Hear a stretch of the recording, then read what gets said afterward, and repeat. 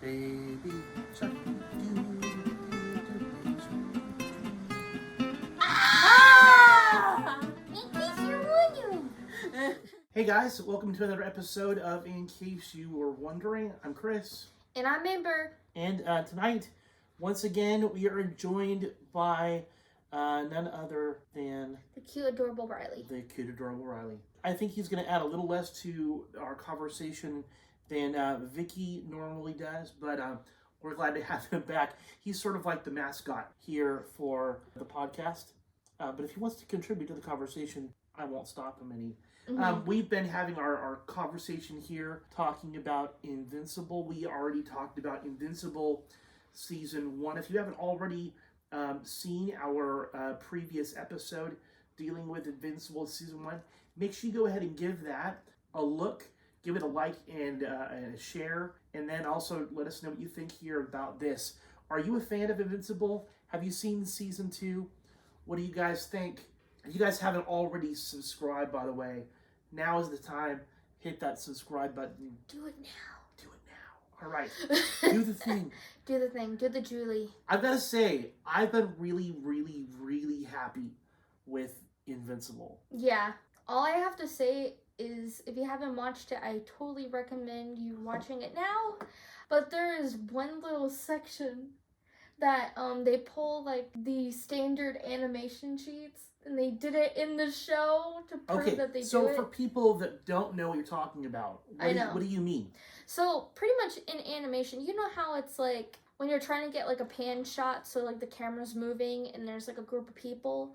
Normally the characters that they draw are not moving. They're just moving the shot to the left or the right or where they need it. And then they have close-ups of like a singular person, people not moving in the background or etc. etc.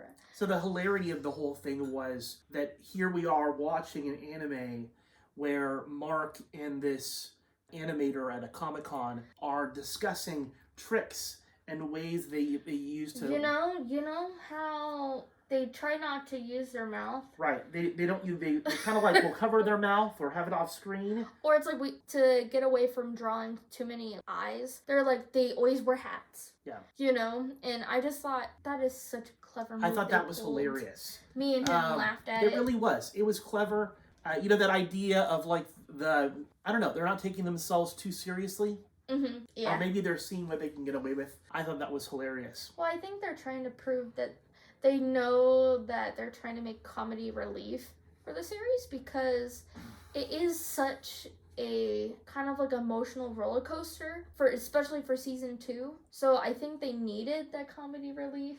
I think that season 1 had really like gotten us to the very top of the roller coaster. Mm-hmm. And season 2 is that really quick ride straight down.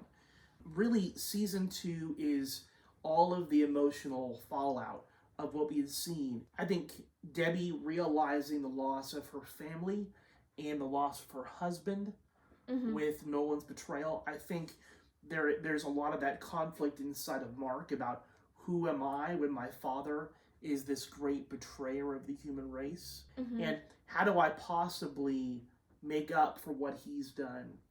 How can I be better than him? I think that's hard. We talk about legacy. A lot of us have a legacy that we have to try to live up to or make up for.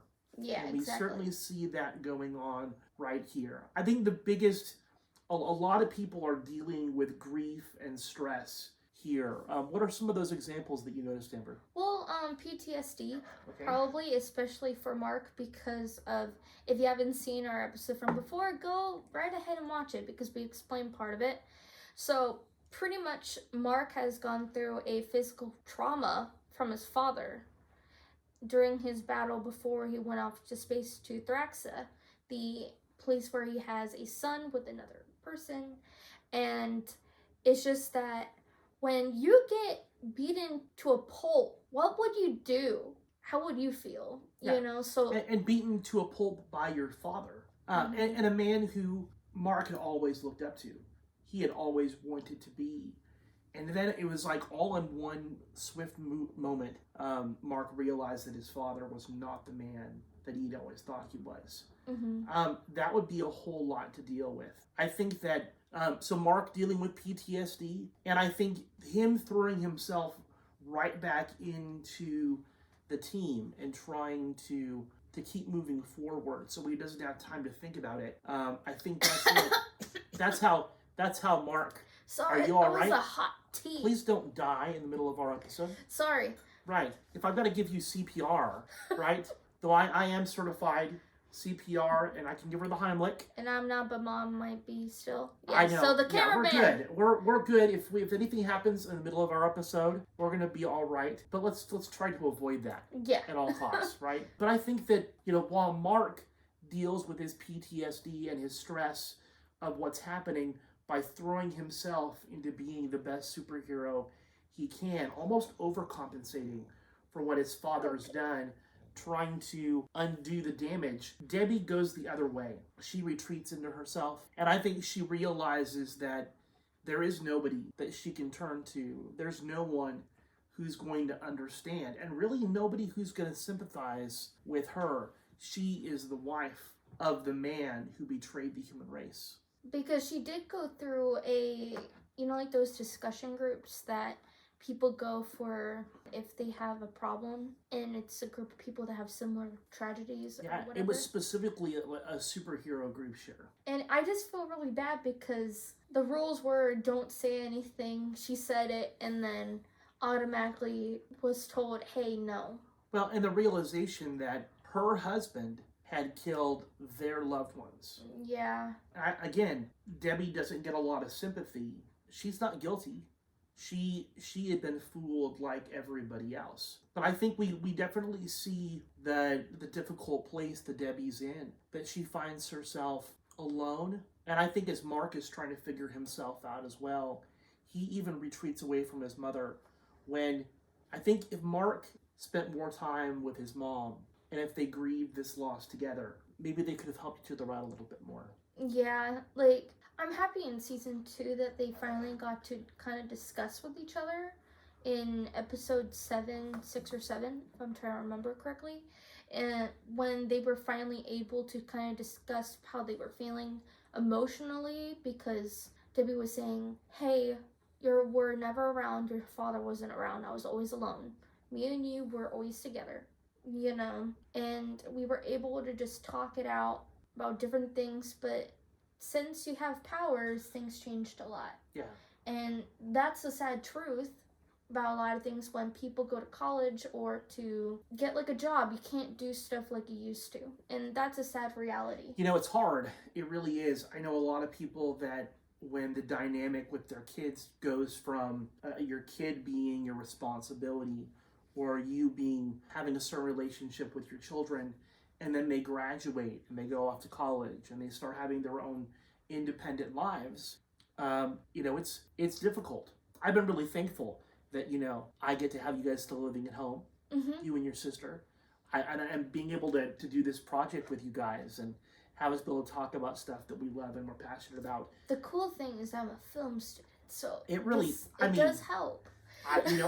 I'm more than happy to exploit your film skills for this project. But I think that's what's great about it. You get to be an adult. You get to use what skills and talents you've got to make this cool, and we get to go and share that together. And I guess that's why I feel like if Mark and his mom were able to do more of that together, maybe they could have helped each other out more. Yeah. I think in the mix of all of that, Mark is trying to figure out how he deals with the grief of his dad. How does he handle the demands of being a superhero who one minute gets called out into space where he's gone for 2 months. And he comes back and then he has to go back again. Yeah. That constantly getting pulled away from the life that he wants. I think we don't talk enough about the demands of being a superhero. We often think about how awesome it would be to have superpowers. That I could fly, that I could be invulnerable, that I could have super strength, but the responsibility that comes with powers. And I think that we don't think about the damage that it can cause to relationships. I think that's something that they definitely delve into a lot here in Invincible, is that as much as Amber wants to be the understanding girlfriend, and she wants to be supportive, the fact is that much like Debbie, Amber finds herself constantly ditched and alone. And Mark, even though he really hates hurting her and hates abandoning her, he doesn't see any other way to do it. And I think that's hard. How do you live a double life? At one point, you're either going to do one or you're going to do the other. You really can't do both. You can't do both well. I think the other shocker in our story is the fact we find out that Mark has a brother. How did you respond about that? Right when I saw that Nolan was in Thraxon, right when you see him, you knew something is up. You know how it goes. You have a parent that you don't trust anymore, and then you realize there's a kid, you know? I would have been like, total, what are you doing? But I'm happy that Mark was still standing up to his brother, because that is his biological sibling. It's crazy, the fact that Mark's brother, they named him Oliver. Though kind of the realization that amongst the Thraxons, their life expectancy, they age much faster than humans do. And there was the realization with Oliver's mom, that she'd be dead very soon, and that Oliver would have no one to take care of him. And so she sends baby Oliver with Mark back to Earth to be raised with him. At least he'd have family. However, Mark's brother Oliver is an alien. So he's purple. He's purple. But, you know, me and you actually talked about this yesterday when we watched the episode 8. Because of Thraxons being able to actually transform, you know, they're kind of like a morph. Get it? But, like, if you think about it, what if he's able to transform into anything he wants? So, yeah, so far we haven't seen any of that, but I think that's very possible, that he's going to be able to change his appearance in order to blend in. So that's my hope. I think what's crazy, though, is who ultimately takes on the responsibility to raise Oliver? Mark. No. I mean, Mark definitely loves his brother, but who is it that steps up to take him on as her son? Debbie. Debbie does. But also Mark was like, hey, I could take care of him, I could leave school. So it was kind of like a huge thing that was being discussed. I think we learn a lot about, I think Debbie has no powers, right? Yeah. There's nothing remarkable about Debbie.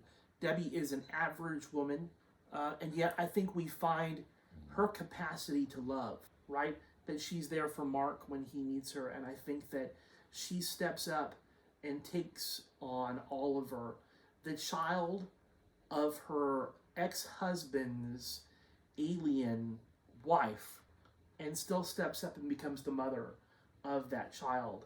I think she has a superheroic capacity for love. She's a super mom. Yes, would you agree? Exactly. I don't know if there'd be a lot of people that would do something like that. So I'm amazed by Debbie. And then I think at the very end, we see a pretty crazy... There was the major villain that we see here in the story has this ability to jump in between different dimensions, right? Different worlds. The multiverse is something that, if you've watched anything in Marvel or DC, Spider-Man, for instance, they have gone and used that as a pattern over and over and over again, and so they bring that up here in this show as well. The villain is able to move in between dimensions and even to send other people to those dimensions. And to make matters worse, he targets Amber, and he also targets Mark's mom. Yeah, and she got really hurt in the process. And that's the sad part, because when you use family or people that you love against them, what would you do? Yeah. Like, what would you do? I think any of us in Mark's position would take extreme measures to kill that person so they couldn't hurt those you love again. But I think Mark also realized that in killing this bad guy, even though he eliminates him, he's realized that he has become just like his father, that he had crossed a line. Now, here's the way that I see it. If Mark had killed that guy and he didn't feel any remorse. I would have been, yeah, you're a baddie now. We see his grief. We see his sadness. We see his shock of him dealing with the fallout of taking a life. And I think we realize just how different Mark is from his father. Yeah, exactly. And so, I think, again, season 2 has really delved into a lot of the psychology of the conflicts that are happening in the story. Okay, so before we start ending off the episode, there is a quick little thing at the end of episode 8 that Nolan goes to, like, prison, and they see Alan, the orange alien dude. You know who it is. With the one eye. Yeah, the cyclops alien Alan. And he pretty much is there to help him escape, pretty much, because he's the only way to actually have a chance to defeat the Viltrumites. So that's why Alan went back, got caught, so he could actually get him out for a reason. And also, we don't really know exactly what he meant by the I miss my wife. I don't know if he means the Thraxan wife or Debbie. So we'll wait until season 3 and see. What do you think? Yeah, I mean, I think that we've seen a lot of change in Nolan. Maybe his time on Thraxan has changed him. Maybe there's this realization that the way he had lived his life serving Viltrum really was wrong, and that he had lost so much as a result. I don't know. I think there's this real buildup, though, to what's happening in season 3. Really, right now, they haven't fought very many Viltrumites, but their track record with them has been really poor. I think Mark needs to power up here soon. Oh, what if they did like a Rocky chance. Moment with like Alan? You know, Alan's teaching Mark, because he's actually could defeat the Thraxans. One thing we've learned, just like how Alan almost dies, and when he recovers, he becomes twice as strong as he was, maybe more than that. We've noticed the same type of development in Invincible. That from when he originally learns about his powers to where he is now, he's considerably stronger. Like flying through spaceships, stronger. But we still know he's got quite a ways to go before he's ready to defend the Earth. So I'm excited about where this is going. God, how long do I have to wait for season 3? And maybe like a year and a half. I know. Maybe. I feel like it's gonna feel like forever. I hope that they've been working on it. We're losing him. Oh no! No, it's a goner. All right. Gone. Bye, Riley. Bye, Fluff Nugget. All right. We knew that was going to happen at some point here during the video. Hey, I feel like we've covered everything. If there's anything we left off or anything you guys want to add, make sure that you go ahead and put it right there in the comments. Hey, if you've watched us all the way through, make sure that you guys go ahead and like and subscribe here this video. Show us some love. We really do appreciate the support. And hey, from in case you were wondering, I'm Chris. And I'm Amber, and Riley's gone. And Riley's gone. Adios. Adios. Bye. Bye, guys. In case you were